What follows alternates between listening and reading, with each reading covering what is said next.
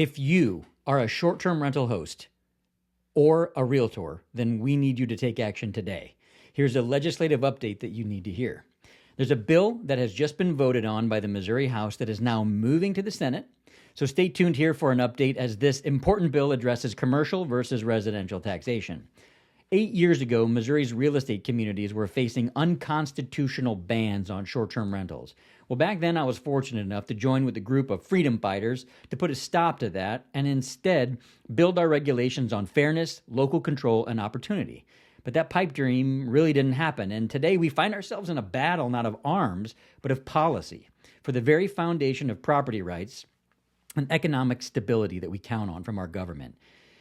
This is intentional confusion and government overreach that has left many short-term rental owners facing a major problem. The average citizen has been forced to hire a lawyer to defend their private property rights, or worse, give in to the cost of regulation through the most restrictive and expensive means, because an employee on a government level has made an emotional rather than legal decision. A house divided against itself cannot stand, yet across Missouri, counties are divided, some upholding clear, fair policies for short-term rentals, while others impose crushing tax burdens, reclassifying homes as commercial properties with no justification, no consistency, and no regard for guests who rely on our homes. In Taney County, tax rates have doubled. In St. Louis, over 800 short-term rentals have been forced to close, homes abandoned, investments lost. And there are countless other stories. It's not chaos that we seek, but order. It's not favoritism, but fairness. The Missouri Court of Appeals has already ruled short-term rentals residential in nature, yet many county assessors continue to wield their power arbitrarily, disregarding the rule of law, destabilizing the housing markets.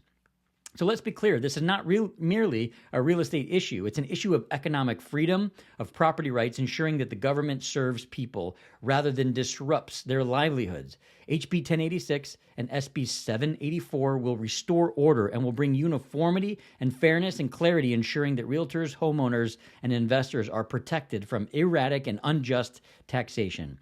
But the question before us is simple.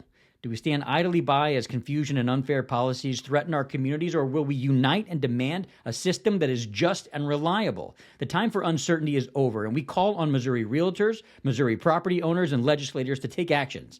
So send letters, raise your voices, and let us dedicate ourselves to the unfinished work before us, ensuring that real estate remains an avenue of opportunity for the average Joe, and not a victim of arbitrary decisions.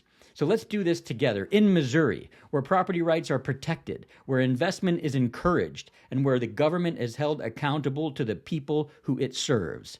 Now look, the debate between quiet enjoyment and your right to do what you want with your property is ongoing.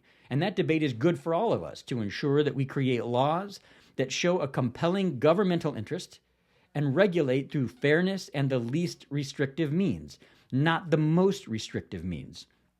If this message speaks to you, then I want you to go to senate.mo.gov, contact your state senator there, and email them for support of SB 784.